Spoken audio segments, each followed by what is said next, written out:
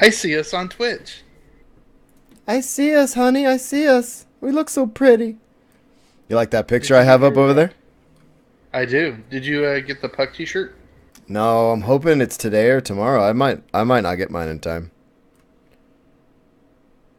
I'm bummed because it's shipped, and then stuff coming here usually switches over to the post office, and so sometimes that delays it a little bit. Don't you have a tracker? You should have gotten an email from Teespring with the tracking information. Yeah, but then it switched. It was DHL, and then it wasn't. Last I looked, it was in Union City, so I should have it today. I'm thinking, if not, Yeah, if not tomorrow. Yeah, DHL delivers it to USPS. post office. Right. Yeah, so like the DHL took it from Nashville to Compton, and that's where Compton got. That's where the post office got it, and then they delivered it to me. Oh, that's funny. All right. If Steve shows up, I want to make sure we're all good sound-wise before we get going here, in case people pop in later. Yeah,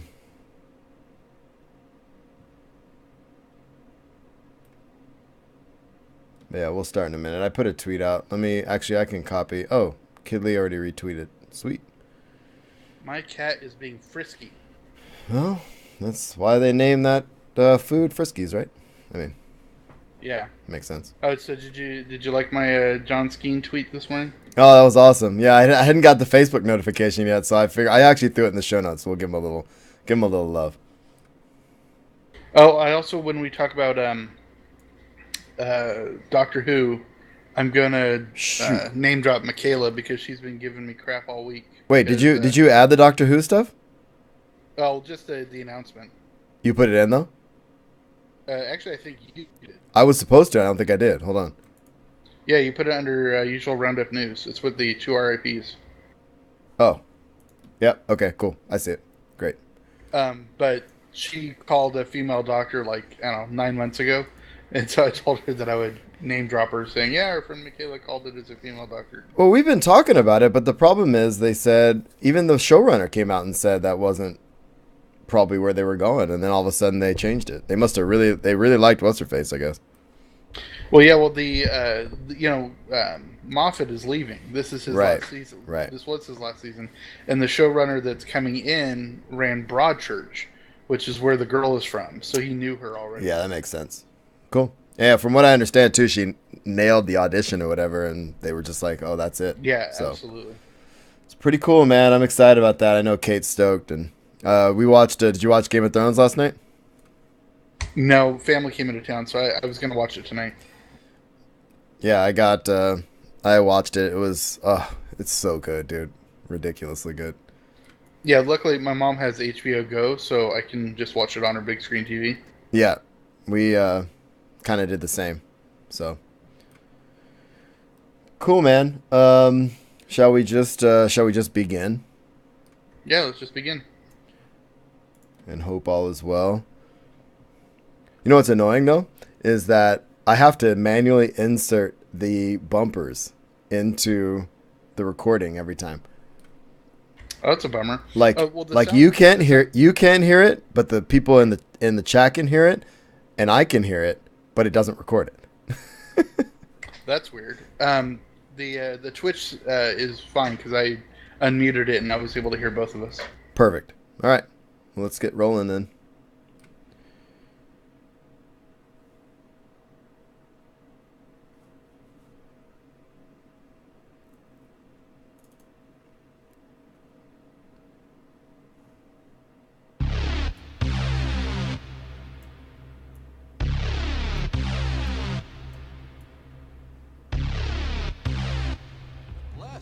Death Star. That thing's operational. Dr. Banner. Now might be a really good time for you to get angry. That's my secret, Captain. I'm always angry. Hello and welcome to episode 105 of the Usual Podcast, a podcast where we discuss Star Wars: The Old Republic, the Star Wars franchise, and geek and pop culture. I'm your host Marshall, and with me, as always, is my co-host Will. Say what up, bro. Comic-Con! I know, dude. I'm so pumped. I have so much to do still. It's ridiculous. Dude, I am so far behind on preparations. Yeah, 2 days. I know. We'll talk more about it later in the show, but honestly, like prepping for this thing, it's like I saw something online today I thought was kind of funny actually. Someone said, I need a vacation, and then somebody replied, but you're going to San Diego, and they're like, there's so much, it's so much work. It's so much work to go to Comic-Con, dude. It's crazy. It is. I mean, well, just going to Comic-Con alone, but then as press, it's a whole nother beast. Well, and that's something I want to talk about later in the show too. But yeah, that's a whole different deal. And this is the first time we've officially been pressed. I've been pressed before with another outlet, but I never got all this madness. But we'll talk about it later. But let's talk about what we're drinking, do some SWTOR, and this is gonna be a quick show, which is, I think, good because I still have stuff to do, and I want to get this show out tomorrow. We're recording on a Monday afternoon. Both of us, I think, have the house to ourselves, which is kind of nice, right? Yeah, except for my cat, which is all over the place. Well, that's why I keep mine outside. Anyway, so we're just sitting here enjoying our usual frosty beverages. What you got, buddy? Well, today I'm drinking a nice frosty Diet Pepsi. But yesterday when we were going to record, I cracked open a big 22-ouncer of Bud Light, and yeah, that's gone. Well, yeah, let's talk about yesterday real quick. Well, I'm drinking a little something ale, which is from Lagunitas Brewing Company, Petaluma, a couple hours south of me, which I've had on the show many times. My new usual, especially when it's on sale. But yeah, yesterday was kind of a cluster. We tried to record. You were having issues. We just got... And then, of course, Twitch, of all things, was having issues, so we couldn't broadcast it. So we're like, well, you know what? Let's just do it when we can do it, and we'll do it today. So here we are. And that's what we did. All right, man. So before we get started, if you have comments or questions, you can find us at theusualpodcast.com. Email us at theusualpodcast@gmail.com. And find us on Facebook, Google+, Pinterest, Instagram, Twitch, and YouTube. I am at Darth Pops on Twitter, and Will is at IMO Griggs. We're also on iTunes, Stitch Radio, and Google Play. So give us the time, positive ratings, and all that kind of stuff. And like us and share us when you see us. It's nice. And we do have the timestamps in the show notes. If you're not a SWTOR fan, we're not going to spend a lot of time on anything this week, to be honest. We're going to kind of buzz through. We actually did miss last week because I was out of town. So basically, we're going to pop through some of the latest SWTOR news and then get to some pretty cool announcements from D23 for Star Wars, and then mostly talk about San Diego Comic-Con in the last part of the show and some other pop culture things. So it should be fairly quick, but thanks to everybody who is in the chat room, and we'll do our best to keep an eye on that.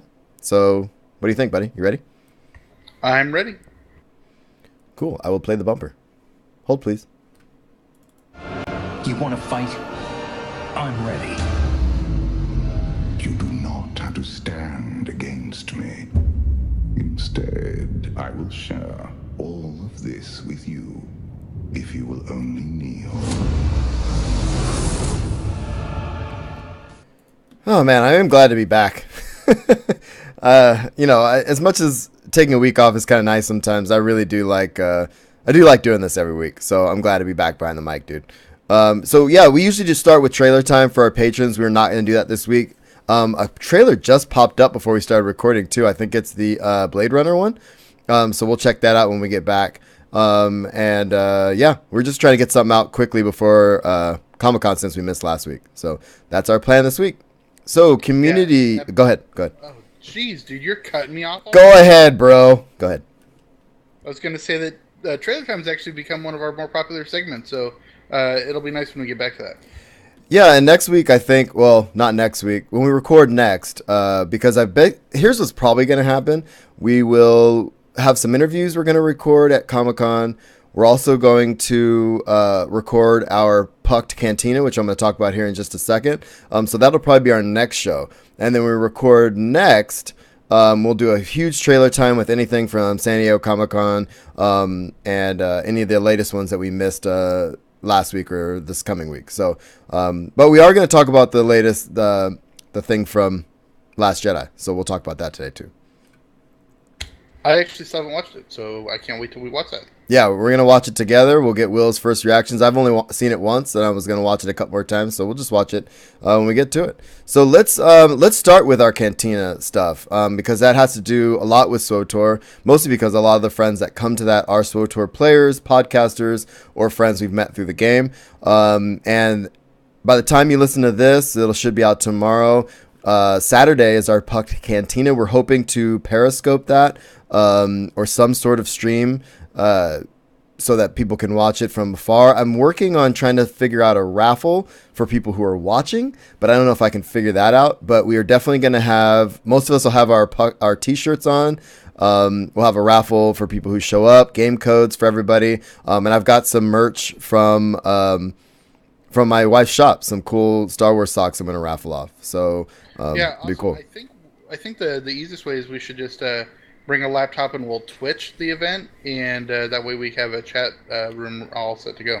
Yeah, my only worry with that is the Wi-Fi issue. So we'll have to. I might have to message the lady that I'm talking to about the event just to see. Because did we have Wi-Fi last time? I don't think we did. I don't remember, but we can always hotspot it from somebody's phone. Yeah, we'll figure something out. So we're still working out the details, but we'll be there Saturday night, starting around 5. The podcast will probably start around 5:30 or 6. And hopefully Darren DePaul shows up again, but Jesse and Devin and hopefully Master Lou, he can show up, and all of our other friends. Elise is coming from out of town also, which is going to be awesome. I've never met her in the real, and a bunch of returning people from last time, like Swotor Steve and stuff. So it's going to be great. I cannot wait. Absolutely cannot wait. Yeah, it's going to be a fun event. Yeah, so the one thing I wanted to say, too, is Mox, one of our friends from the guild, just all around awesome dude. I've been messaging him a lot this week, just thanking him for everything he's done for us. Not only did he come up with the design for the Pucked t-shirt, which you can still get, we have a link in the show notes for that, and it's in lady sizes, but I just want to thank him for putting up the graphic that I've been posting online, like a flyer for the event. So Mox, he spends his time helping out people in the community. I just want to give him a lot of love at the top of the show. Thanks, Mox, for all you do for us, man. Yeah, thanks, Mox. I really appreciate everything with your work on the t-shirt, and it's always good to see you. Yeah, so I told him, I said, dude, you've been so nice and helpful. Can you please just come to San Diego next year so I can buy you a beverage? It doesn't have to be a beer, but, let me get you something, man, Nice. So he said maybe, and I said, no, he said, I'll try, and I sent him a meme about do or do not, so he walked into that one. But of course he did. Of course he did. So anyway, anything else you want to say about Pucked before we move on? No, I just can't wait. It's going to be a good time. Yeah, it's going to be awesome. Speaking of people who are part of a podcast, Passionately Casual podcast, that's Jesse, Sakari, and JT, and Mox in the background. They just celebrated, basically they hit their 2-year mark. So congrats to those guys. Yeah, congratulations. They do excellent work. Yeah, and I just love their shows. They always have great interviews. They've interviewed Mark Thompson and the people from Extra Life before. They're just really, and it's kind of nice. Jesse kind of gushes about how how they got going. I just think it was a really cool story. So definitely check out their latest show. You want to take the next one? Yeah, one of our earliest supporters and a great friend of the show and sometimes guest host, John Skeen, is celebrating his birthday today, so I want to give a big shout out to him. Yeah, happy birthday, Skeen, and thanks for you're an early adopter, man. You're like one of the, I think you might be the first person to be like, hey, I like what you're doing. Can I give you money for that? When we started Patreon and stuff, and just helping us out. I just think you're just a great guy, and thanks for subbing in for Will those times, and we'll have you back on soon. And definitely, I told him next year he's got to come to San Diego. Oh, absolutely. He and Zeke have got to make a trip out. Exactly. All right, man. So what'd you do in game this week? I finally crossed something off my summer list, and I started playing Kotet. You have a summer list. I can't believe it's been almost a year, dude. Kotet? Seriously? I hate you so much. Yeah, okay, so, there's 9 chapters to Kotet. I got into chapter 9, and for some reason I cannot beat Valen's spirit. Well, I think you just need to DPS harder, honestly. Pretty much. So I think I might bring out a different companion that's a little bit more powerful. Because I think the companion I have with me because you have to do it with Senya and I really don't know. Or just level up or level that companion, and maybe set him as a tank or a healer. If you set him as a tank, depends on what your class is. You might be able to self heal, and then they'll take the brunt of it, and then you can just DPS them. I would try them all. Yeah, I'll try a few different things. But I'm glad you're getting it done, man. Do you like the story? I do. I like the story. I thought the weird in chapter 8, the fight where you take out Valen, that was easier than the Arkan fight. Yeah, there's definitely some I guess difficulty disparities, I guess is the best way to say it. Well, it's also the mechanics are different too, because in the Arkan fight you're by yourself and you have mechanics you absolutely have to follow. Right. But in this fight, it's like you've got all of your companions there, and you don't have to do anything. It's just the tank and swing. Right. Well, good luck, dude. Let me know when you finish it. You'll get it. I know you will. I did love the puzzle chapters though. The ones where you like have got to go around and make sure you click the things in the room you have. Oh yeah, I figured you'd like that. I love those. Cool, man. Yeah, so what I do this week? Basically, all I did was WOG. I was out of town. Like I said, I was at Disneyland. I'll talk about that later. And did a little trip with my family, which was great. So when I got back, I was in time for WOG, and we did Tithe and the Twins. And we got the Twins down, and that's the brand new bosses in 5.3, which was a lot of fun. The fight is actually, I think that fight's a little easier than the Tithe fight. It's just a little bit. I don't want to spoil anything. The mechanics are interesting, but the fight itself wasn't terribly difficult. But I really liked the fight. There was some new stuff that you don't see that you haven't seen yet, which is pretty cool. I can't wait for you to try it. You got to actually do WOG for once, huh? Yeah, it's definitely a little bit different because you're dealing with a dual boss system, and as opposed to just a single boss. And yeah, it is kind of funny because when you guys were WOGing is when I was doing my Kotet stuff, and of course you had to put in blame Will, hashtag blame Will in the chat. That happened. And so I think that's going to be our next usual podcast shirt we'll put up for sale on Teespring, and it'll just be a plain shirt that just says hashtag blame Will. Yeah, and then on the back, can it say hashtag dead weight, maybe? Because remember that one? That's an old school callback.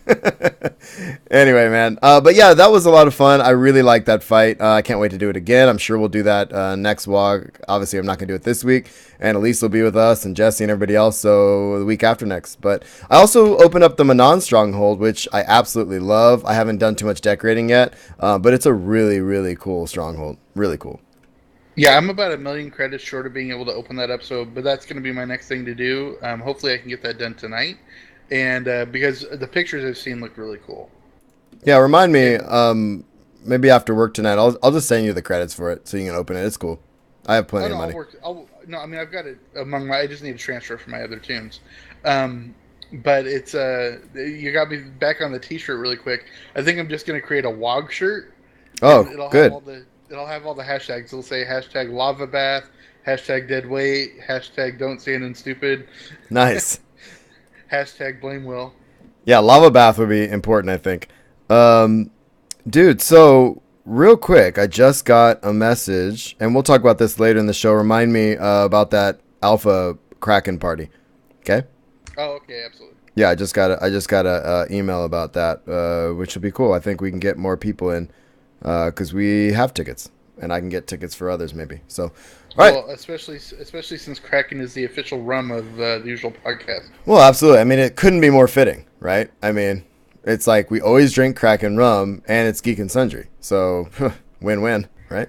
Absolutely. All right, so let's actually make this a quick show because we're rambling, but it's fine. Let's get to some news. For SWTOR, and really what it comes back down to is I'm going to run through these really quick, but there's class change feedback, I guess, threads set up for 5.3 and 5.4 because they are going to make some more changes in 5.4. So if you're a class change person, definitely get in there and give your opinions on the stuff that just happened and the stuff you want to see happening. And I think there's a lot of posts like this, including the one I'm going to talk about right now, which is the GSF discussion.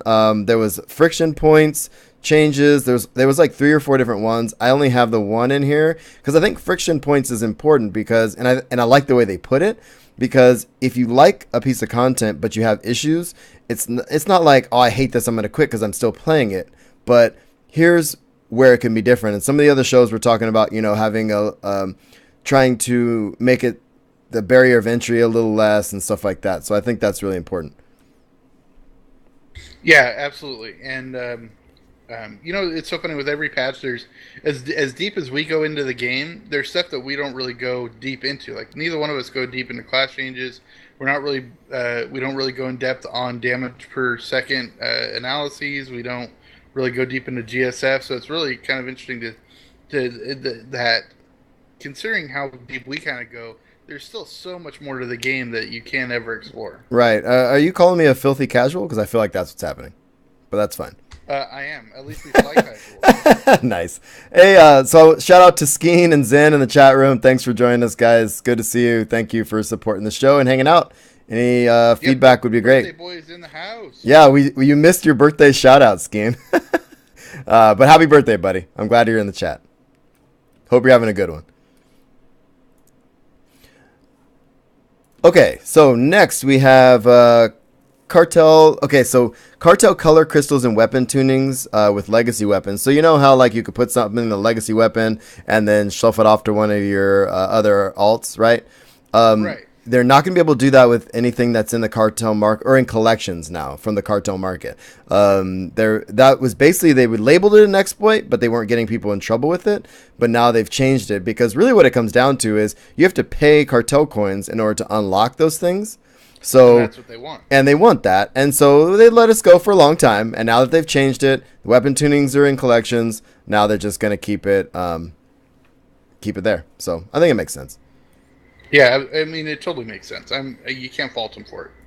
It is a business after all, right? Absolutely. All right, man. So items missing. Go ahead. And really, on top of that, it's not just a way for them to make money. It's how they calibrate the in-game monetary systems too, whether it be cartel coins or credits, and they do things certain ways so the flow of credits and cartel coins go certain directions. Yeah, absolutely. All right, man. So real quick, I guess I haven't bought this yet, but I think I'm going to. I think it's like 1,500 cartel coins. It's called the Deepwater Essentials Bundle. And that has to do a bunch of decos with Manon, the Manon Stronghold, which I think is pretty cool. But there was a post in there about some items missing, so they were clarifying that. But I'm going to check that out. I heard on another show there was an aquarium, which I find hilariously redundant. That is hilarious. I thought you'd like that. That'd be like having a terrarium available for the Tatooine struggle. Exactly. All right, man. So there was another maintenance after the 11th when the patch dropped, obviously to clean up some of the usual bugs and such. And again, we're just glossing. We missed last week, so we're just kind of continuing. And then there's another discussion topics forum. And I think this is kind of the Wall of Crazy, the new Wall of Crazy, but like community driven, which I think is pretty cool. So that's happening. So there's a bunch of forum threads like that. I have a link in the show notes to that one. There were some queues on East Coast servers again, which shocking. And then the big one I want to talk about is, well, two things. Obviously, we're going to run through briefly the patch notes on Game Update 5.3, and I do mean briefly. There's only a couple things I want to mention that are important.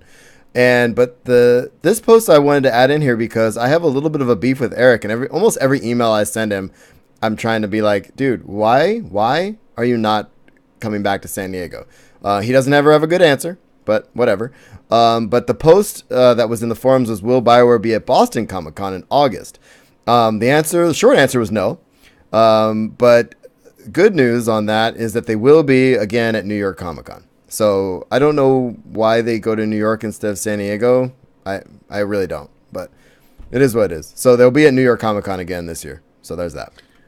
Yeah, well, it just might be because San Diego is like so established now, and New York is still really expanding to that outer limit that it can do. Right. And it's just, it's also a larger base that you can get to. Right, and I think, if I'm not mistaken, Zen's in the chat. I think he has tickets to New York Comic Con, so maybe we'll have to get him back on the show after that.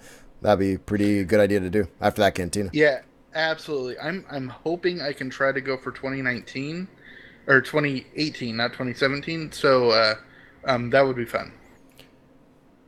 Yeah, that'd be awesome, man. Okay, so last thing, let's talk about some patch notes. Just a couple things. I promise I won't run through all of them, but there was some cool stuff and some surprising stuff, which we've already kind of talked about. The Manon Stronghold, just kind of, it was in, I guess, Keith's initial, like, hey, we're working on a ocean view in that roadmap preview they did. But then they just kind of sprung on us. I think they were ready for it, and they just popped out. Of course, there are a lot of bugs in it and stuff, but it is what it is. There's a fun one I heard. Sure, yeah. There's a fun one I heard about where like the instances kind of overlap a bit, and you see other people's companions naked on your side, which I think is awesome. And I really just think that's important. And of course, it's not when we have Mako. No, I mean, well, that would just be a perfect world, dude. And we don't live in that kind of world, you know what I'm saying? I know. All right, buddy. So let's take a look. So highlights, obviously, the Manon Stronghold, which is really beautiful, really cool. It's called the Manon Retreat. And Operation Boss, obviously, we talked about that earlier too. The twins, Avela and Esne. And that's a really cool operation. I did it on Friday night, which was really a lot of fun. Customization companions, Lana, Beniko, and Koth. You can now dress them up how you like. I've been hearing some fun stuff about that. So, you know, if you want to dress them up, do it. Now's the time. Awesome.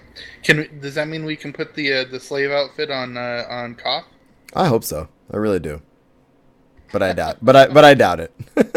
If it still has that male female thing on it, we're gonna get a big denial on that. But you know, look, man, a man can dream, right? I know, right? All right, so let me run through a couple of these other ones. So remember the issue with speeder piloting, the improved level 4 and 5 that was only working for animal mounts. It's working for all mounts now. And there was the issue with Malavar Quinn and Alara Dorn not unlocking, during the story. And if you miss them, right, you can get them at the terminal now, at the base or whatever, right? Right. Let's see. Really Go ahead. Yep. Mentioning companions, the one thing I didn't like about Kotet is that you have to choose between two companions to live or die. Yeah. I didn't like that. Yeah, I killed some people. I don't really care. My issue. Well, you don't. I know. The thing I don't like about it is, like, if you are pure light side, there's no way that you can not say. You know what I mean? I do. But there should, on the flip side, is like, if you're pure dark side, there should be a way you could abandon both. Yeah, here's my issue, man. My issue was more along the lines of when I'm given a companion. And I've said this before. When I have to use certain companion for this part of the quest, bump them up on influence a bit. You know, like, don't give me, if it's a companion I haven't leveled and they're level 1, then I feel like I actually would jump back out and give them companion gifts and stuff, but I don't like having to do that. So just bump them up to like at least 15 or 20 or something, just as a base would be nice. That's my issue. Yeah, just a quick bolster during the thing. Yeah, or at least during that would be nice. Yeah, for sure. All right, dude. Any other beefs now that you're beefing? Yeah, no, that's it. Well, if something comes up, you just let me know. I think this is a big one. Galactic Stronghold decorations. The UI is updated. Now you can search for stuff, which is about the coolest thing ever. So I'm ready to decorate my Manon Stronghold. So having a way to search is absolutely ideal. So, and you can have up to 6 strongholds now, which is pretty cool too. Yeah, that is pretty cool. You know, this is totally behind the scenes sort of comment here, but can you do me a favor and get your mouse cursor off my face? Absolutely not. Nope. I'm going to leave it on your face, and that's just the way where it's going to be. So deal with it. Wait, is it still on your face? No.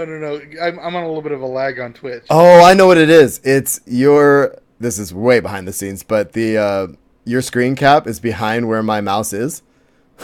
So I think that's what's happening. That is funny. But it's fine. I'm not going to change any of it. So moving on.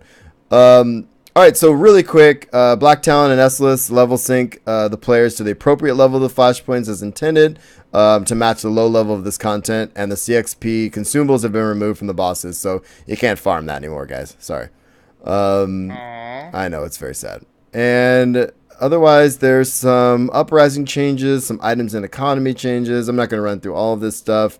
Some bug fixes. There was one other thing I think I wanted to mention, but maybe I'm over it. Weapon tuning slot. Okay. Yeah. That's kind of all I wanted to... That was the main ones I want to talk about. Oh, this one was hilarious, which I will end on this one, I think. Tano Vic has been convinced to put clothes on and will no longer appear naked in the Knights of the Fallen Empire cutscenes. I just love that. I did not know that he was in the cutscenes. I just like the way that they, refer to it. I just think it's pretty funny. And I think that's about it there, dude. Some other bug fixes with some quests and stuff like that, but those are the major things that I wanted to highlight from the patch notes, dude. I'm excited about Manon. I think it's fun. I like the new boss, so, overall I'm happy with the patch. I know some people that are big class change people are not happy with some of the changes, but are you shocked? I'm not. No, there's always a group of people that aren't excited about stuff, but I've always liked the visual of Manon, so I can't wait to open the Stronghold. Yep, indeed. So cursor on the face issues aside, shall we move on to Star Wars here? Let's move on. Sweet. One sec. I'll get the bumper. I was raised to do one thing. But I've got nothing to fight for.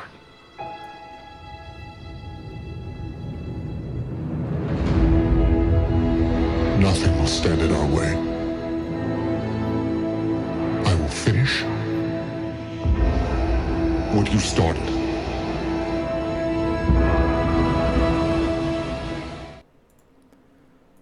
All right, sweet. I'm gonna let you take the top of this, dude, because this is what we've been talking about. So D23 happened. Yes, it did. And last weekend. Yeah, and a lot of cool stuff came out of that, man. We'll watch a trailer or two here in a couple of minutes. That came from the Star Wars part of it, but let's start with this Legends thing. What's this about? Yeah, well, every year Disney announces what they call Disney Legends, and it's basically their exclusive Hall of Fame, right? And the big one this year was Carrie Fisher. She got put in for her work in not only in Star Wars, but other behind the scenes stuff that she's done for Disney, right, and other subsidiaries. But I just wanted to do a quick rundown with highlights of most of the big names that got named as a legend. The first one is Clyde Geronimi. He was an animator for Disney starting in 1931. Wow. And he ended up being supervising director on Sleeping Beauty. And then the one that kind of made the big names this weekend, or the big news this weekend, was Whoopi Goldberg. Oh, interesting. Was named, and the reason why it was big is her first official act and comment as a Disney legend was to urge Disney to release Song of the South, which has always been the one movie they say they're never going to release. Right, right. She's pushing for it, so that's a good thing for those of us who love the older historical aspect of why that's important. Yeah, absolutely. Another gentleman is Manuel Gonzalez. He was a penciler starting in 1938. And he took over the Mickey Mouse comic strip for newspapers, and he did that for 40 years. Oh, that's all? No big deal. No big deal. Another Star Wars legend that becomes a Disney legend is Mark Hamill. Right. Not only was he Luke, but he also does numerous voiceovers, and the primary one he does right now is Miles from Tomorrowland. Right. I forgot he was on that show. Cool. Yep. And then there's Wayne Jackson, who started as an Imagineer. He's been an Imagineer since 1965, but prior to that, he was a builder, and he was instrumental in the origins of audio animatronics. And what's really cool is a lot of the main audio animatronic things that came in 1964 World's Fair, like Great Moments of Mr. Lincoln and the dinosaurs in the Disneyland ride, It's a Small World, all that stuff. He was put in charge of rebuilding them at the park once they were taken away from New York. Well, that's awesome, dude. So that's cool. These next two go together, Jack Kirby and Stan Lee. Yeah. Both Marvel Comics legends. Jack Kirby and his first partner created Captain America in 1941. And then Kirby and Lee together created the Avengers, Hulk, Thor, Iron Man, Silver Surfer, Ant-Man, Wasp, Black Panther, S.H.I.E.L.D., and the Inhumans. That's just insane. The body of work from those two guys is just unbelievable. Yeah, it's absolutely unbelievable. And then, unfortunately, someone that we lost this year, Gary Marshall, who was a writer, director, and producer known for Happy Days, Pretty Woman. And then for Disney, he did The Princess Diaries and Hocus Pocus. Oh, he did. Okay, cool.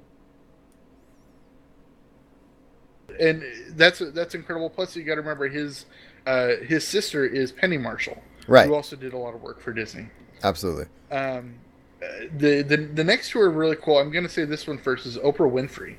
Not only is she a media icon, but people forget that she did a voice for The Princess and the Frog, and she is playing one of the three misses in the upcoming Wrinkle in Time. Yeah, I just watched that preview yesterday or the day before. That looks amazing, dude. Can't wait. Say she plays. I think she plays Mrs. Whatsit, but I can't remember. Yeah, no, her the images of her were really cool looking. I can't wait to see that movie. Yeah, it looks really good. I love the book. And then this one I'm excited about. Julie Taymor. She doesn't get as much Disney recognition as you think because she's not involved in film and she's not involved in the theme parks. But what she is known for is she directs a lot of their Broadway shows, and so she has done films. But she is the one that brought Lion King to the stage, and a few others. She won when Lion King came to the stage. I think it won 12 Tonys. And she won 3 of them for director, costume designer, and best musical. Wow! And not only that, but she is now bringing M. Butterfly on Broadway. So she's very well-rounded. But that's a huge media stream that Disney never tapped into, and now it's amazing because they have great stage shows all the time now. Well, just to piggyback on what Skeen said in chat, yeah. His Disney knowledge is extensive. And if you are following along in the show notes like I was, only a fraction of what he actually said he wrote down. So it's kind of unbelievable. So that's why I have him on the show. So you're welcome. Yeah, well, it has nothing to do with the fact that we're friends or anything. No, I don't really like you. That's the only reason you're here, by the way. Exactly. I mean, actually, I used to be a Disney cast member. For those of us who have been longtime listeners, then kind of like my history. But yeah, so I used to work for Disney. I've been a huge Disney fan. I'm actually going through withdrawals right now because I haven't been since October, and a whole bunch of my family is going to be at Disneyland tomorrow, and I won't be there. Yeah, and I just came back from Disney, so that's probably not helping you. I hate you. Sorry, buddy. Well, we're going to Comic-Con, so there's something. You'll get Disney, don't worry. That's why I'm not going to Disneyland. So next year we're just going to have to be pressed for D23 and make it a 2-week trip next year. That's what we're doing. It's a lock. All right, so give me a second while I set up the trailers, and then I'm going to run and grab a quick beverage. But, yeah, chat, now's your time to chime in if anything we've talked about was intriguing to you. Give me just a second while I set this up, because you can watch this trailer with us, which will be great. Awesome.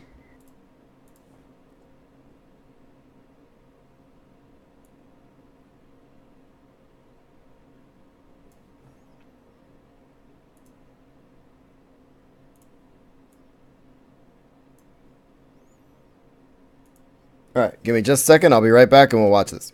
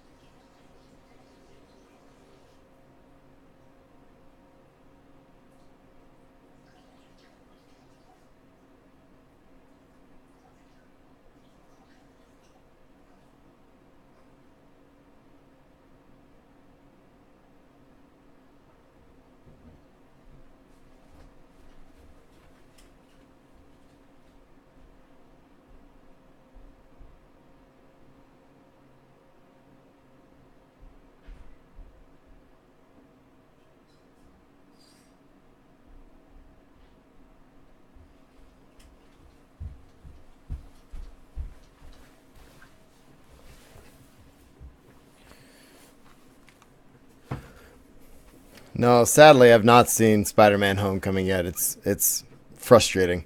I don't think I'll be able to see it before I leave town. But yeah, I saw it opening night, and it was phenomenal. So good. Michael Keaton was really good as the Vulture. Tom Holland knocked it out of the park as Spider-Man. It wasn't overwhelming with Tony Stark, which was great. I thought that it was basically going to be like Iron Man 4, which it was not.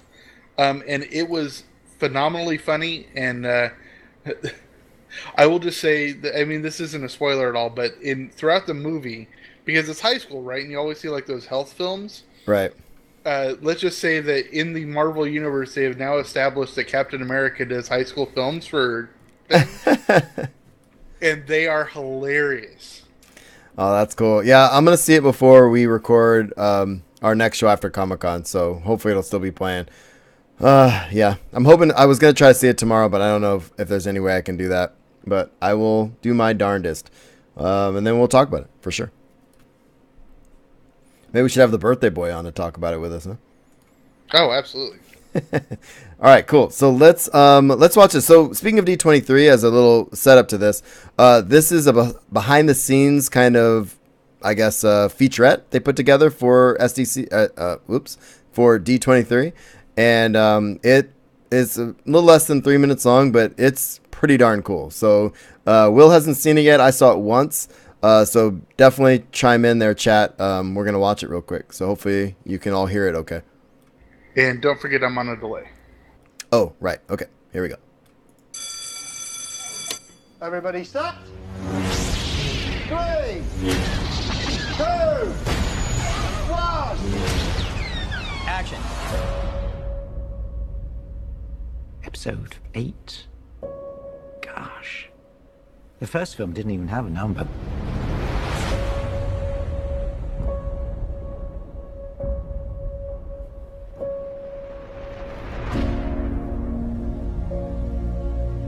Ryan has written a story that's unexpected but right.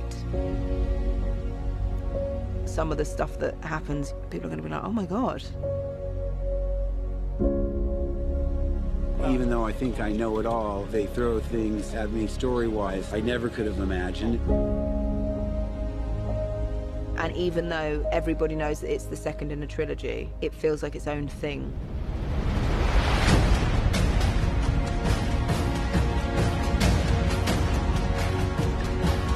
Go. Star Wars is so cool because there's all these creatures and all these amazing visual effects. But all the characters are also so complex. Ryan needs to work on his Wookiee sounds. That's ridiculous. New director can't even just learn a Wookiee sound.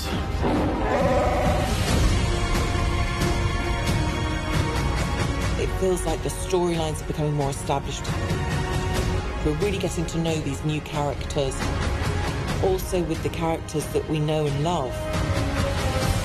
We're seeing their lives change. Everything is being shifted in an opposite way to what the audience expected after 7. Ryan's made Star Wars fresh and new.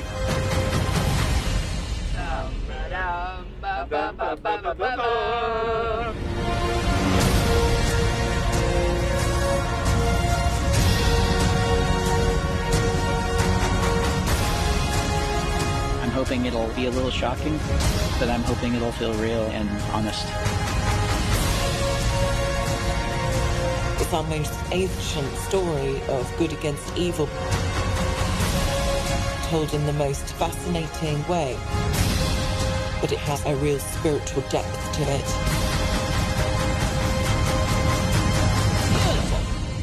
It's about family, and that's what's so powerful about it.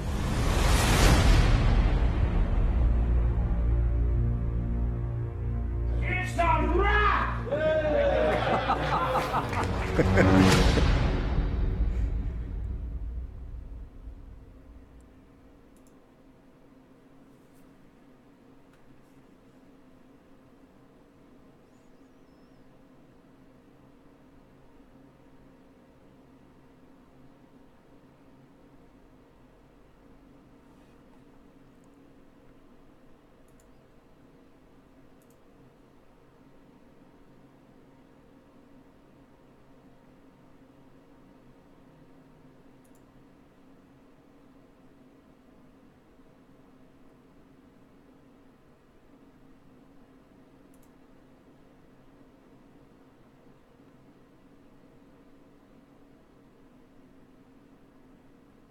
What's up, Steve? Welcome.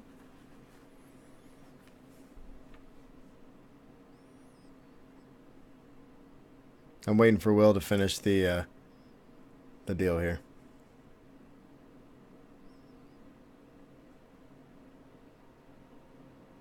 All right. I have 4 things I want to say about that. I was my guess was 5, so 4 is okay. Good. Let's start. Go ahead. The first one obviously is Carrie. I know. That's so hard to watch, dude. I was crying at the end when she says that family line. I'm like, oh god. But the one that got me is when she's in the background and you see Oscar Isaac kiss her on the cheek. Right. The second one is, did you see Rey taking on 3 people with lightsabers? Yeah, I didn't notice it the first time, but yeah, there's at least 2 opponents, which I think is pretty badass. And yes, Steve, you are late. Yes. And then the third part was, I totally lost track of because oh, damn it. I started talking, huh? Yeah, give me a second. Oh, correct me if I'm wrong, but is this the first time we've actually seen Laura Dern in costume? Wait. Was it near the beginning with purple hair? Oh, yeah, I think so. Yeah, totally. And Steve, thanks for letting me know that your brother sucks, and I won't take that personally at all. No, I think you should. It's fine. And then, of course, the last one is having Akbar come out and say, "It's a wrap." I know. I think I stopped it too early last time because I missed that. That was awesome. Yeah, "It's a wrap" was pretty funny. There's some certain moments, man, like when you see Rey running, and them talking about the story. Like, everybody talking about the story makes it sound like, wow, it's really out there or unexpected in some way, right? But good.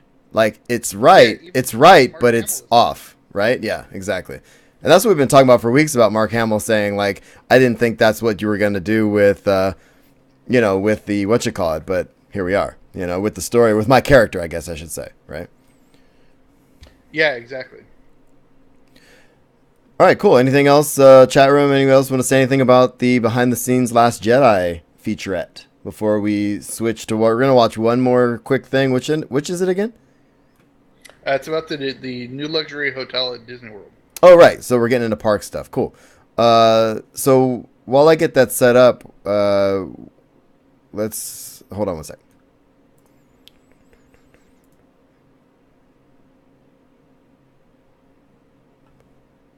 Oh, actually, we're not there yet. Let's. No, this is the Galaxy's Edge video. Where is that? I don't even see it. Where it says first model of Star Wars line unveiled. Oh, yeah, cool. All right, let's do that. There was also some cool posters that came out with The Last Jedi from D23, which I thought was cool too. The one I liked was the Finn one. Looked really cool. It was all red and stuff. That was badass. So yeah, I'll get that poster, all those posters, and all the pics from Nerdist of Galaxy's Edge up on Pinterest sometime today. Cool. Sorry, I gotta mute this tab because it's whatchamacallit. But yeah, let me recapture this real quick.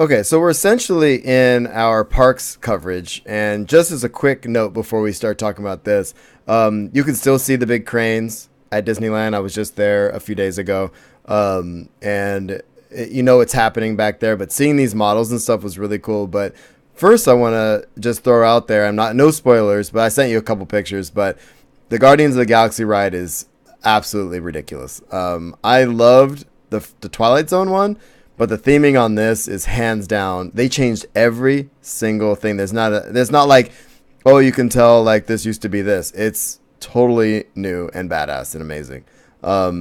They changed even the predictability of the drops. It's like backwards. So instead of going from top to bottom, you're like basically starting from the bottom, and then they float you a few times, and you see a bunch of scenes. Basically, the story we've talked about already. You have to help Rocket break out the Guardians from the collector's warehouse, basically. And so you're like a tourist in there, and you're also helping Rocket, which is cool. But you see them fighting things, and it's I don't want to spoil anything, but man, it's a cool ride. We did it like I think 3 times. It was really cool. Wow.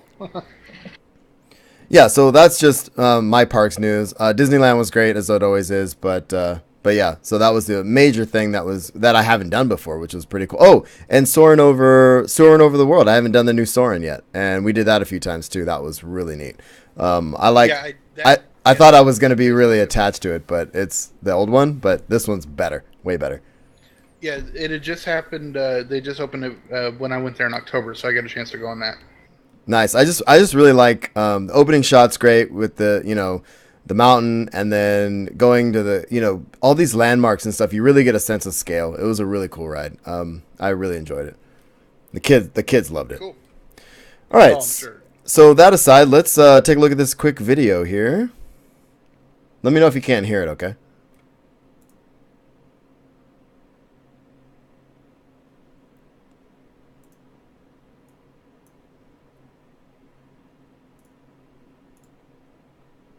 We invite you to live your own Star Wars adventure, starting in 2019 at Walt Disney World and Disneyland Resort.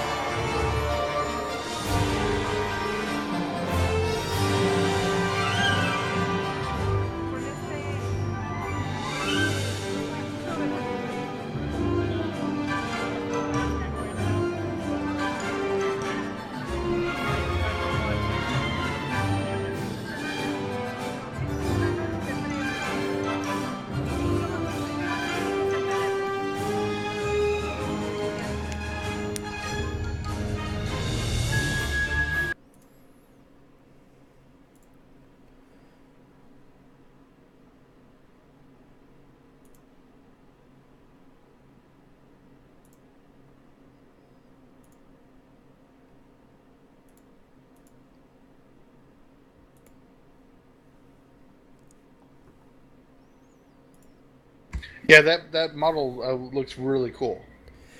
Yeah, no, that model's insane. So what I did was on the right side of our feed, I put up the picture I've had up in the beginning of the show, and that's one of the many pictures that Nerdist has on their site, which I have a link to in the show notes as well. They've got 50-something different photos. This one I think is really nice, but I mean, I just cannot wait to see this happen. My only beef, obviously, is the cantina, the alcohol issue, but that's just because I like having booze at the park. But I'll get over it. Yeah, which I find it funny because they serve alcohol at California Adventure, and they serve it at Club 23 in Disneyland. But just I think it's like one of those things where Walt never wanted alcohol in the park or something like that. So it's frustrating. Well, and I've heard the same thing, but my thing is like, okay, well, then restrict it just to that park or something, or that part of the park. You know what I mean? Like, in California Adventure, I mean, you can walk around with a beer all day wherever you go, right? So if they're going to serve it at the cantina, maybe they keep it just in the cantina. They don't have all the pop-up stuff like they do in California Adventure. I don't know. I think it'd be a cool way to get around kind of the Walt issue. You know what I mean? Because I think that's really why they're not doing it, but going to a cantina in the Star Wars universe and getting, blue milk, I'm like, gross. You know what I mean? You're gross. Thank you. All right. No, I agree. You just keep it inside the building and it'll be fine. Yep, indeed. All right, man. So what else do we have here? We've got some other stuff from D23, some merchandise things. Oh, that's what this is. There's some film updates and some live blogs I just put links to in here. If you want all the nitty gritty with like Disney and Pixar and stuff like that, and then Marvel and Star Wars. But what we'll do is when we get back, we'll kind of break that stuff apart depending on what comes from San Diego. Yeah, we'll be going in depth on that stuff on the usual roundup when we get back after Comic-Con. Yeah, so that's just what we'll be doing with that. The only thing we have left is at D23, they also announced a new luxury hotel at Disney World that's going to be Star Wars themed, and so that's the next video we'll be watching. Yeah, I don't know. I'm freaking out. Here we go. 1 sec.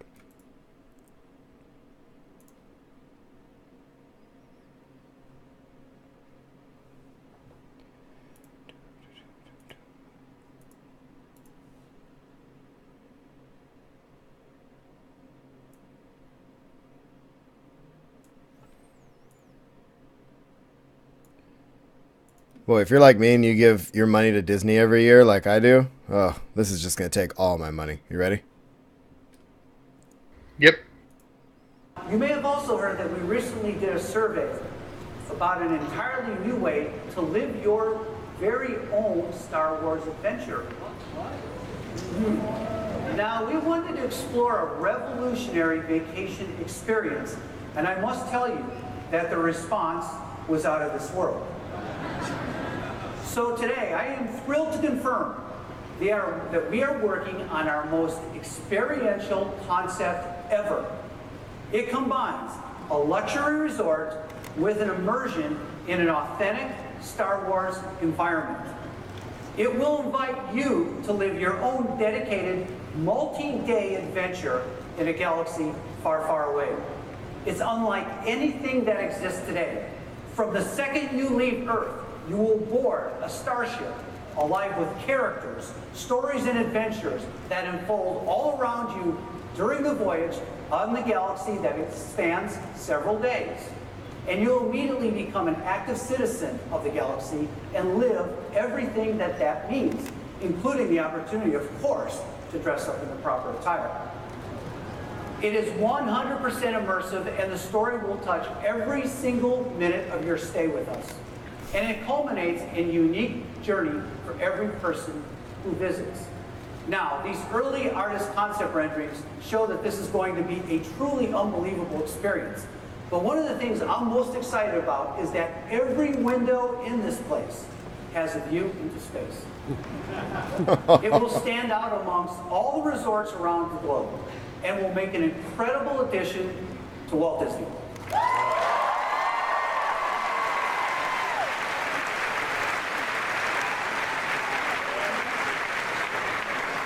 And I have to tell you, we feel like this could be the start of something very, very big.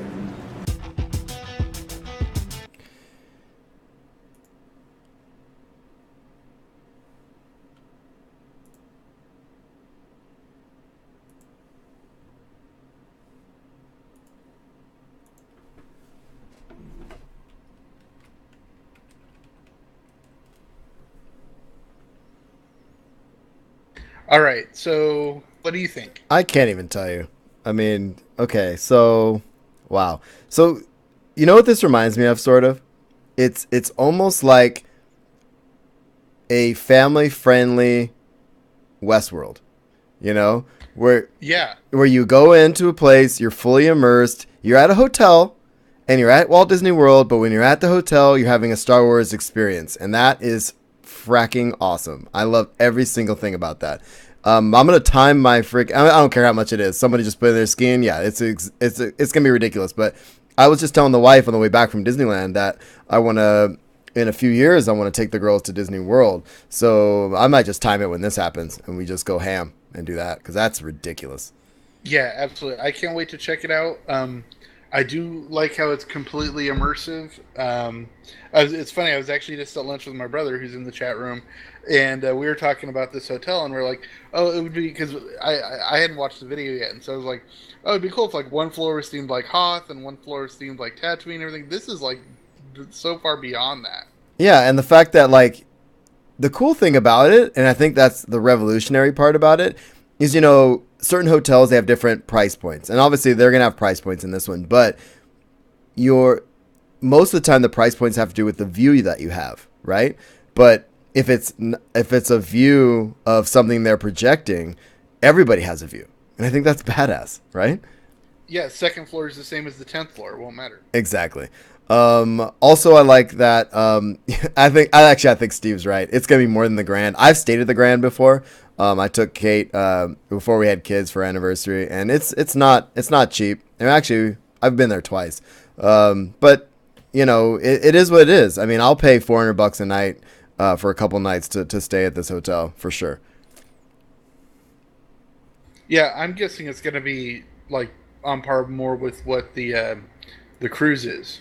Yeah, or maybe I don't know what the price are of the Grand Floridian. It's probably going to be like a higher end theme hotel. Like they have the moderate, they have the different levels over in Disney World, Yes, so it's going to be probably at the high end. I'm guessing. Oh, absolutely, and then some. Yeah, but I mean that's what you get for a brand new thing. I'm willing to check it out. I mean, I'll save my pennies for sure. But that looks really cool, man. Steve brings up a good point of there being maybe too many people to ruin the experience. Yeah, maybe. It just kind of depends. I think if they did it right, if they did like every floor had kind of similar things, you know what I mean? Like, so like, well, not to say there's a restaurant on every floor, but they have like certain deals on every floor to where not everybody's going to the same thing. Does that make sense? Yeah, that makes sense. But I don't know how they're doing it. I mean, it's all concept art and stuff right now anyway, but I'm going to go. I'm with you, Steve. I'm there no matter what. So. All right, dude. So anything else for Star Wars, or should we just move on with our lives? Yeah, that's it. We only have a couple bits of news for usual roundup, and that we're not even going to be going into the different things. There's 3 things we absolutely... Are you not going to let me play the bumper, or what's that about? Oh, I hate you so much. Just kidding. Let me play the bumper, then we'll get into this. Yeah, let's go. I can't imagine any kind of future where I'm a hero. Well, you're not. In the future, none of you are heroes. You're legends.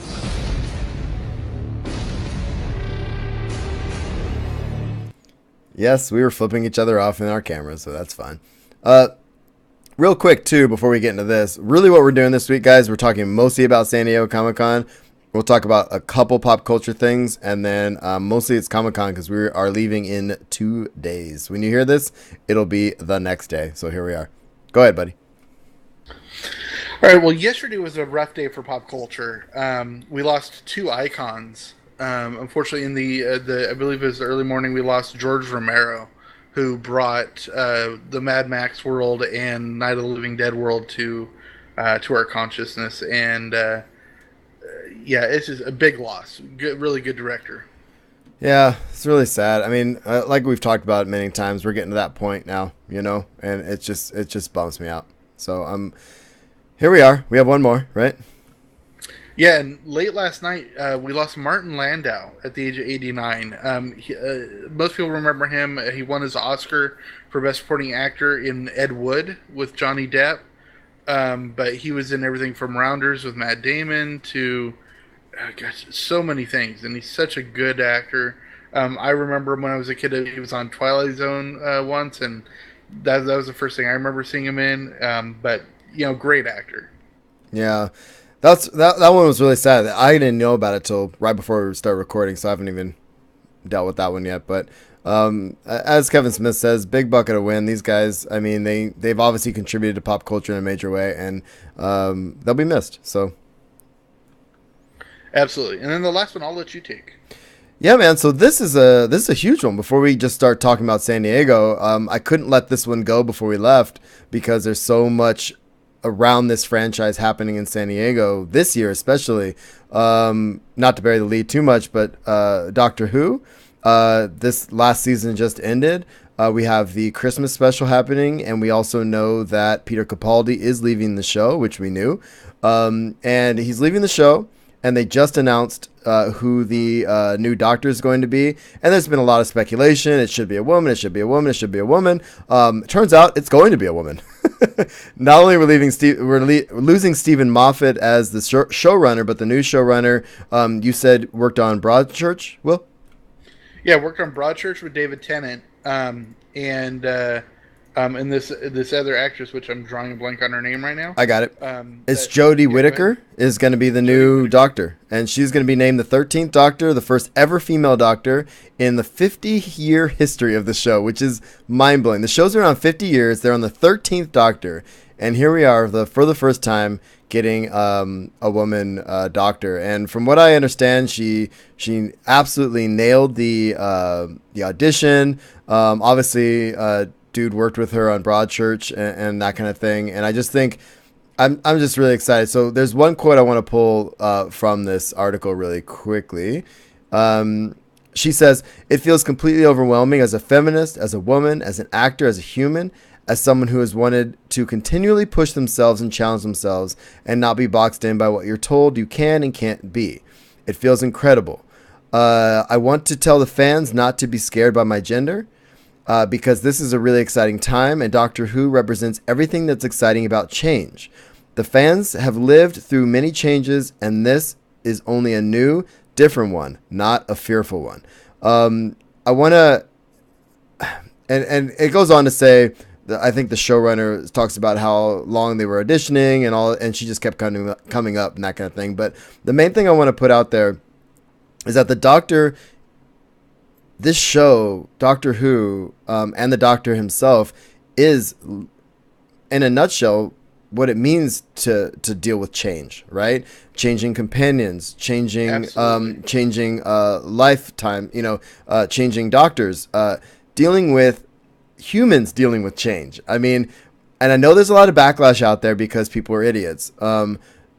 Let's give it a chance. I had a hard time, honestly, with Peter Capaldi in the beginning because I was so attached to Matt Smith. But before that, I had a hard time with Matt Smith because I really liked David Tennant. So the idea here is that let's deal and let's embrace what it is to be Doctor Who fans, and that is about change. I think she said it perfectly.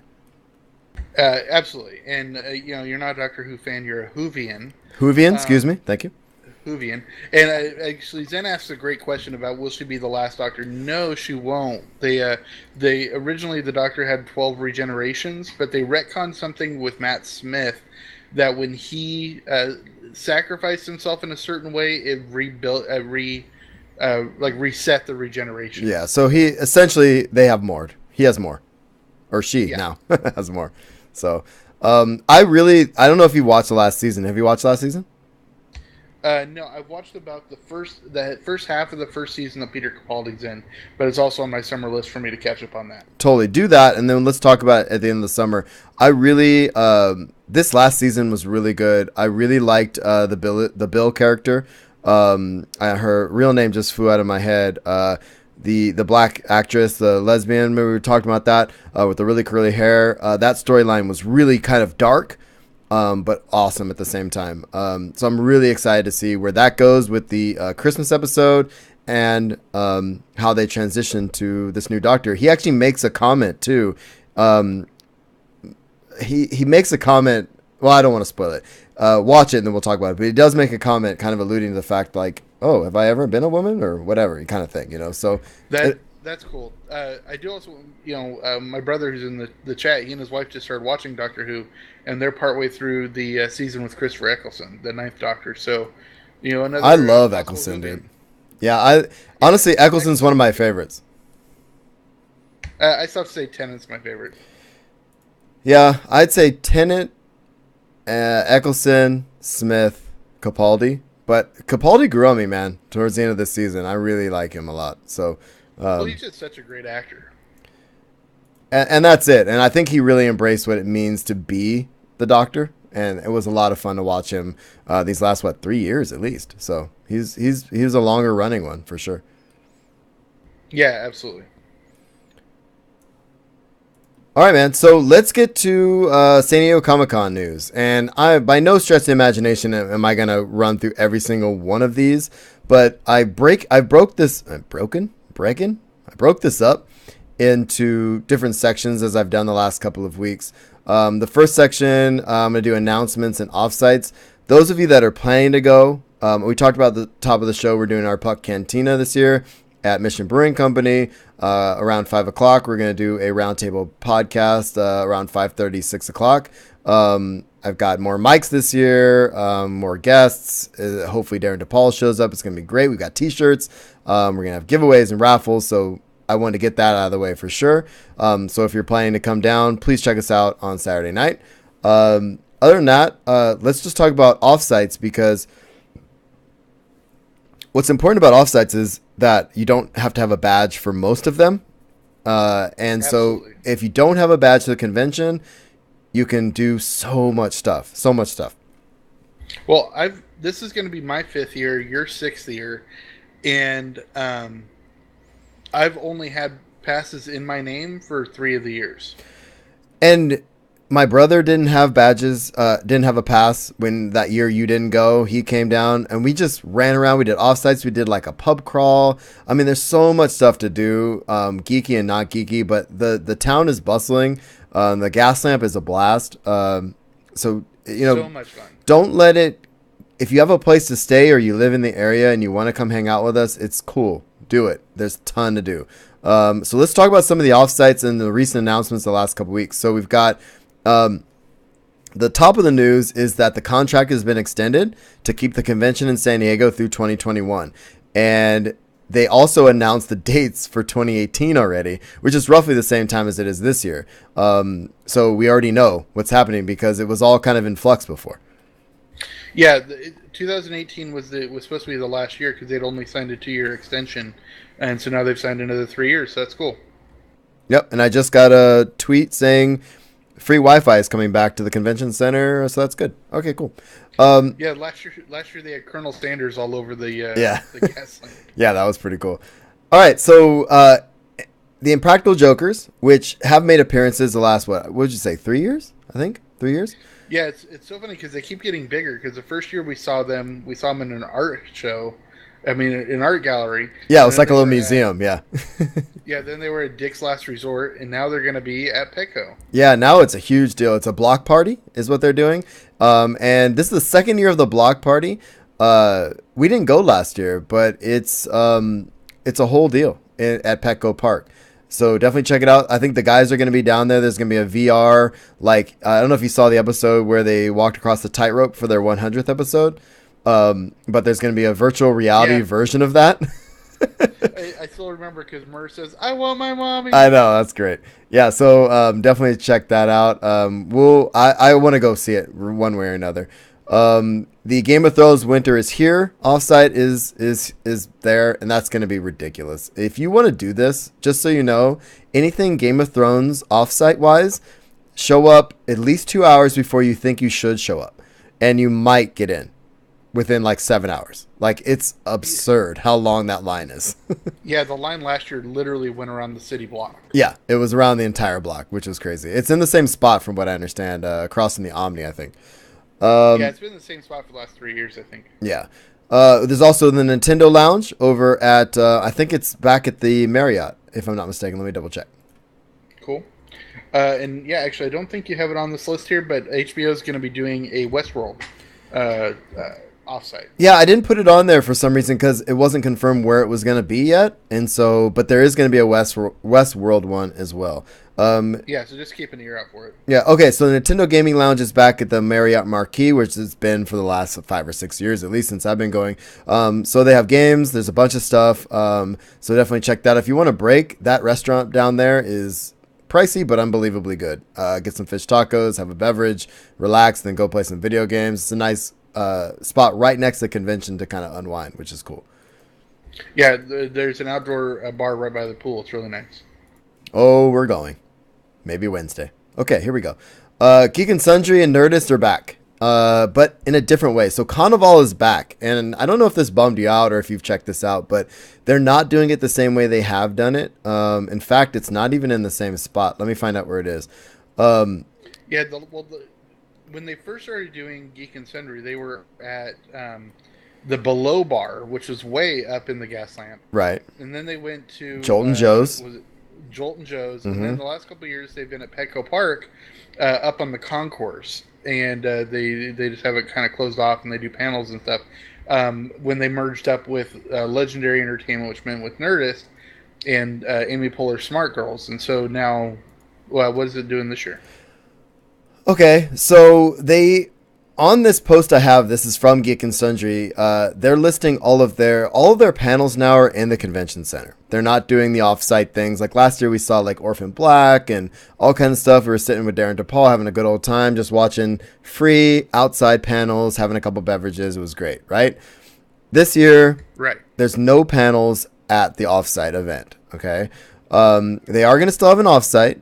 And I think they moved it. Hold on one sec. Oh, and they are talking about they're having their League of Darkness party at Flux, which we might as well talk about. We have tickets to, which is really exciting. And if you are an Alpha member, I don't know if it's too late to get the invite, but I joined Alpha kind of late, and there's a 30-day free trial for it, and I signed up for it like 4 days ago, and I just got an invite for the party. So it's probably not too late, and I think that's going to be a really cool thing, and that's Thursday night. Yeah, and actually, really quick, talking about free content sites like Alpha, which for Geek and Sundry and stuff. Last year we went to the Screen Junkies offsite, and I joined their Screen Junkies Plus for the year. They just announced in the last couple of weeks that that's actually going to be going to a free platform. Nice, yeah, so cool. Starting in August, it's going to be going free. Awesome. Okay, so it says Thursday and Friday and Saturday from 11 to 5. The Marina Terrace at the Marriott Marquis Marina will not only be a place to catch up with Nerdist and Geek and Sundry, but there'll be a plethora of panels showcasing top Nerdist and Geek and Sundry shows and celebrities, including highly anticipated Nerdist panel in Hall H and the Geek and Sundry panel with Felicia Day, which I think is in room 5AB or something like that. And okay, wait a second. Does that mean they're taking over the pool area where the bar is? I am not sure, to be honest. And Marina Terrace, I'm not sure where that is in that hotel. Yeah, this kind of sounds like what Nerdist did not Nerdist, Comic-Con HQ did. With the Bayfront. Yep. Yeah, they took over their outside patio area and turned it into a stage and stuff. But they're not going to have panels though. That's what I'm saying. Like the panels they're listing are all in the convention area. So it might not be panels, but it might have because there weren't really panels at the Comic-Con HQ. It was just things coming up. That's a good point. So this is still developing, obviously. So we'll kind of come back with more. Well, in fact, I'll tell you what we're going to do. We'll do you one better. Follow our Instagram because I will be posting hella pictures of us doing things on our Instagram and Facebook for sure. So. Yeah, and not only that, but we both will be having our own Google Calendar set up. So, I know for me personally, I don't know if Marshall wants to share, but if you want to follow along with what I'm doing the entire weekend, you can go ahead and tweet me at IamWillGriggs, and I'll share you my Google Calendar with you so you can see where I'm going. Yeah, it's gonna be a lot of fun, dude. We're still prepping, obviously, but it is what it is. I'm excited for Geek and Sundry. I know there's a signing. I know they're doing a Guild 10-year reunion as well, which I would love to try to go to, but I think it's the exact same time we're doing something else already, so that kind of bums me out. And I think they're doing a signing after that. But but it's our event, so I'll be okay. All right, man. So Sci-Fi, they're gonna do a big deal for Battlestar Galactica. They're going to do a dance party, kind of Nerd HQ style. There's a bunch of stuff happening with them as well. I think Sci-Fi always takes over that restaurant right across they were the Expanse a couple years ago, I know, and some other stuff. So definitely keep an eye out for that. This post I put in the show notes should update all of that for sure. Sounds good. And let's see. Oh, the bags. Oh, let's put this up in the chat. People will appreciate this. Let's get this a little more interactive. Hold on a second. So the bags. You guys ready for this? Yeah, there's always not themed bags, but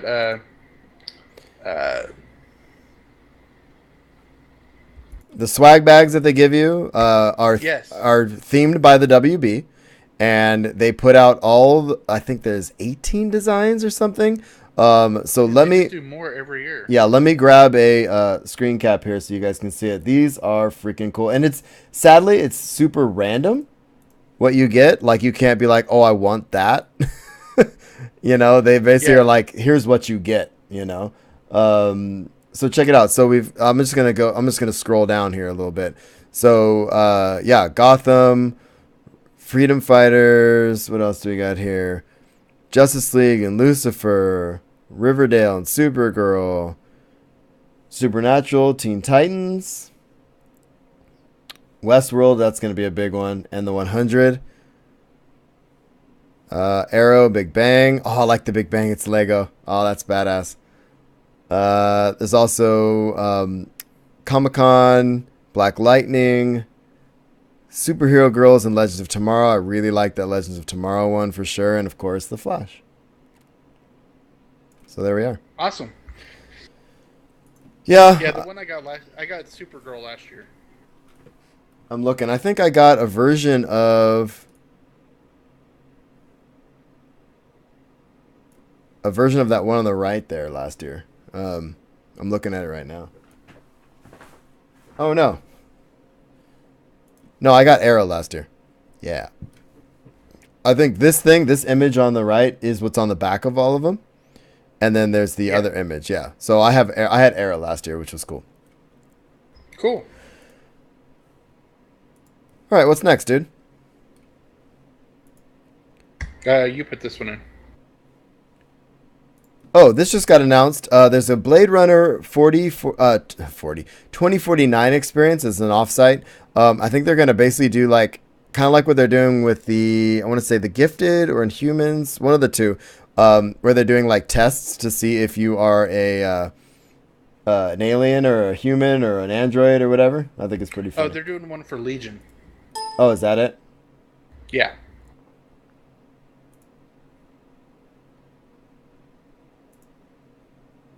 Hold on, I screwed up my thing. Hold on.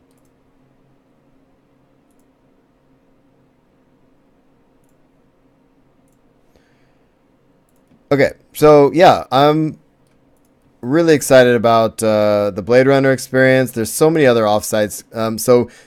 OutsideComicCon.com is a really good resource for sure if you want to just see what's going on. Like I said, follow us around. You can live vicariously through us. We'll be posting stuff on social media all week for sure. So yeah, absolutely. I'm actually going to try Snapchatting a little bit this year, so you can follow me on that.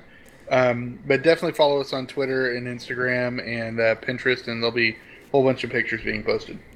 I was thinking the same thing, dude. I'm so resistant to Snapchat because all my students do Snapchat and it's crazy, but I've been dabbling a little bit. So, I don't know if we need another social media outlet, but here we are.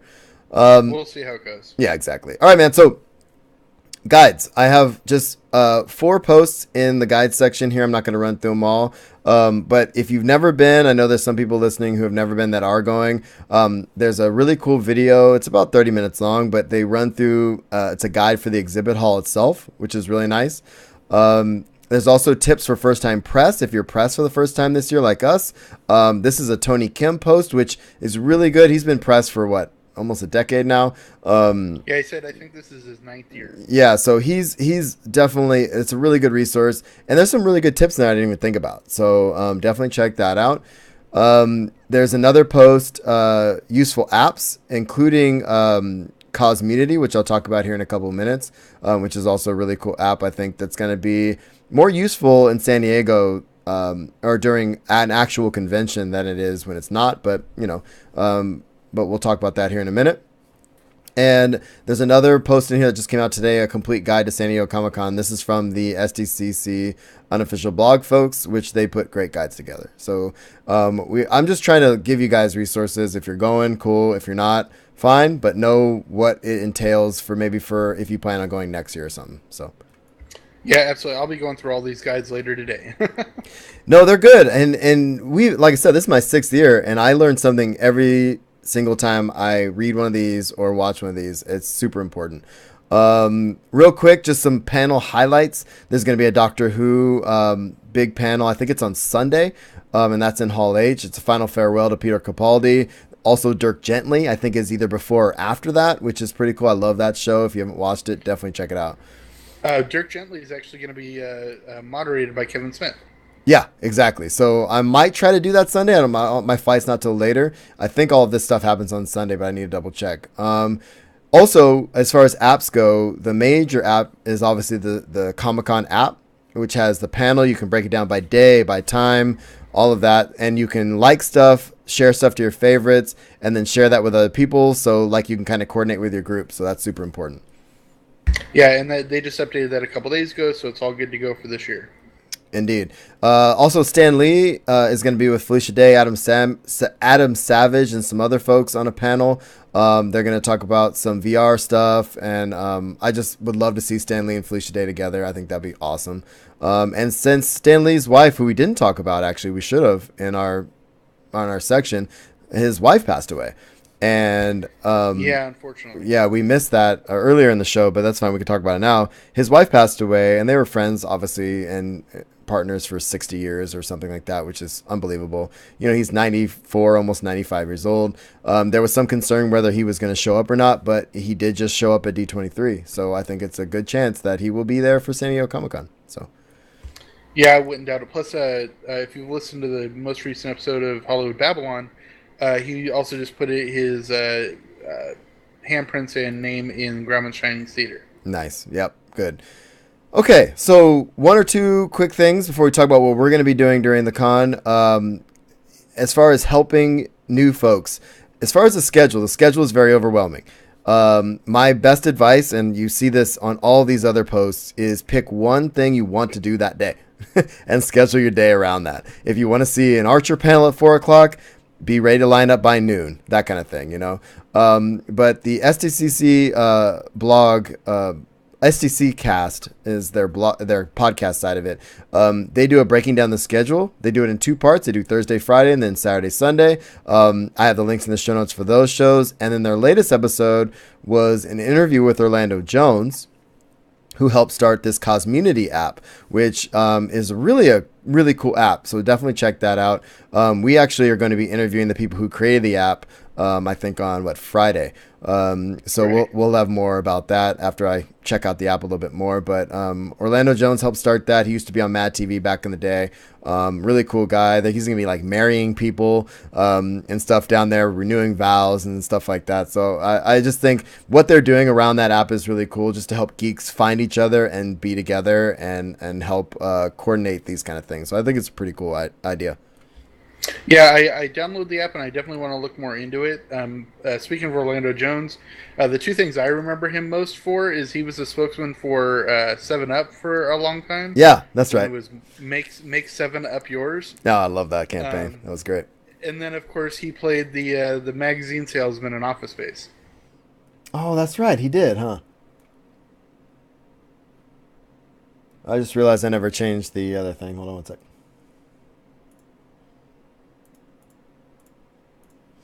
Oh. All right, so we've talked about a lot of the other Comic-Con stuff. What are we doing for our plans, Marshall? Well, that's the big one, dude.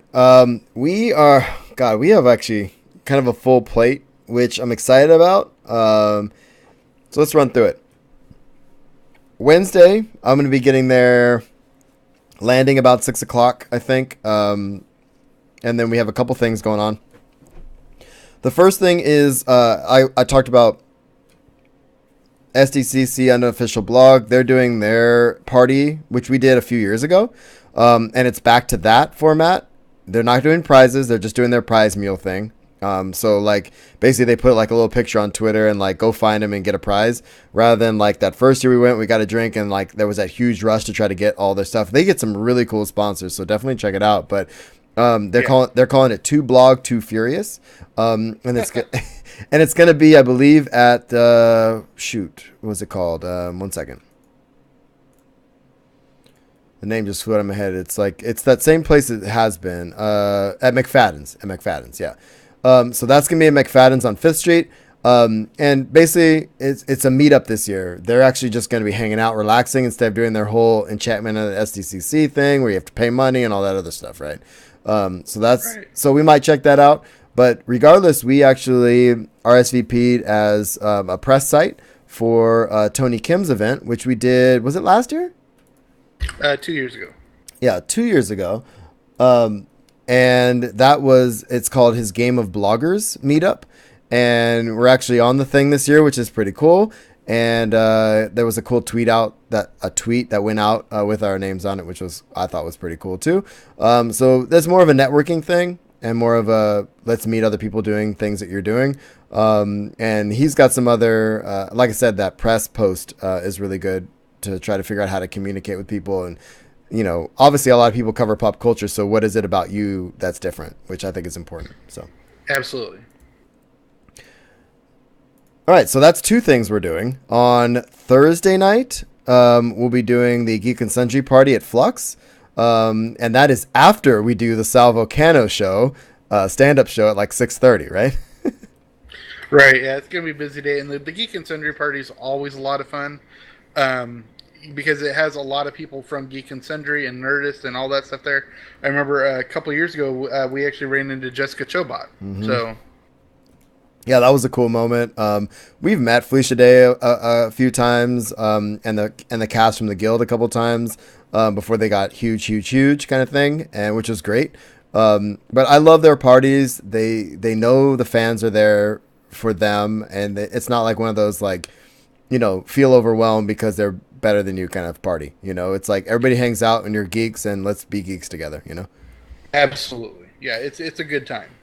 And then on Friday night we have Hollywood Babylon, correct? Or am I backwards? I think it's Fat Man and Batman. Yeah, one of the two. We have 2 Kevin Smith shows. We're going to Hollywood Babylon and Fat Man on Batman on Friday night and Saturday night. I'm not sure which is which at the moment. I have to check my email, but yeah, I'm excited about that. And then of course we have our Pucked Cantina Saturday night, which we've talked about quite a few times in this show. So we have a lot going on, man. And that's not to mention all the other things I have set up as far as we have a Factory Entertainment walkthrough as press and some other stuff that we're doing. And just meeting up with friends, which we have a lot of coming through this year. We do. It's going to be a really good time, a really packed time. But it's Comic-Con's always a lot of fun. It is, and it's exhausting, but it's worth it, and I cannot wait to see all our friends. I can't wait to see what these panels have in store. The offsites, I'm just... if you could name one thing, this is impromptu before we get out of here, what's one thing you're most excited about this year, dude? Besides our meetup, because obviously that's the top of our list.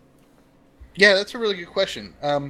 Honestly, it's kind of like sneaky behind the scenes up for me, but I'd like to try to make it into the Westworld event.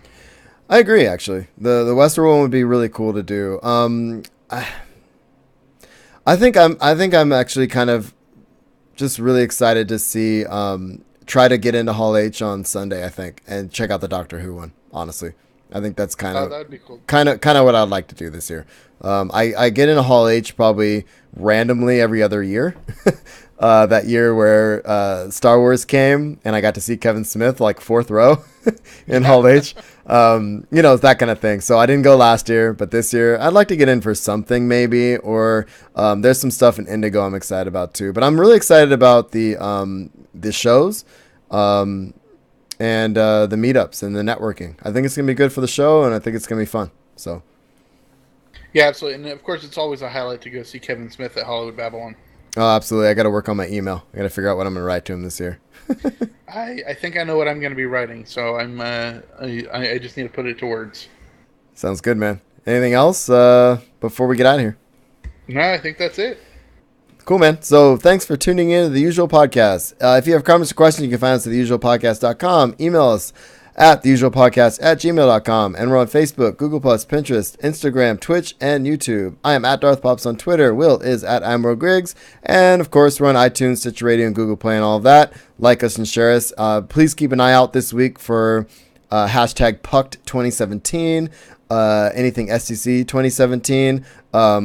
With us attached to it, we will be doing a lot of posting this week. You'll get more from me than you ever do throughout the year, because I probably had a couple beverages, and I like taking pictures when I have a couple beverages. So here we are. Yeah, he does. If you want to support the show, patreon.com/usual podcast, best way to do that. Thanks for everybody who does that. Our usual patrons, you are more appreciated than you know. It helps us get to the next show, so that's great. But yeah, patreon.com/usual podcast and audibletrial.com/usual podcast. Get a free audiobook as you're traveling to your next convention, and get it on us for free if you go through our link. So anything else, my friend? No, that's pretty much it. Cool. Let's get out of here then. What? Yeah, make sure you have a fun. Like we will be at Comic-Con. Oh, we'll definitely be having a fun, and we'll see you all next week with our Pucked Cantina show. Peace. Thank you, chat room. You people are awesome for being there. All right, I'm glad we actually did today. It worked out better. Yeah, it was nice. Everyone, thanks for joining us. Had a really good time. Yeah, skiing, it's going to be great. You gotta. Next year is your year, Skeen. Start saving now. Save your pennies, bro. Save your pennies.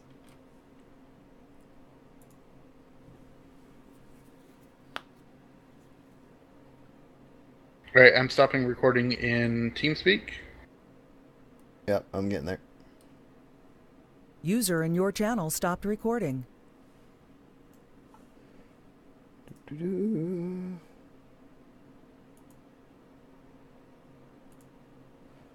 Stop recording. Stop recording. All right. All right, I'm going to take the feed down. Thank you, Skeen, Steve, Zen. See you guys next time. See you Comic-Con.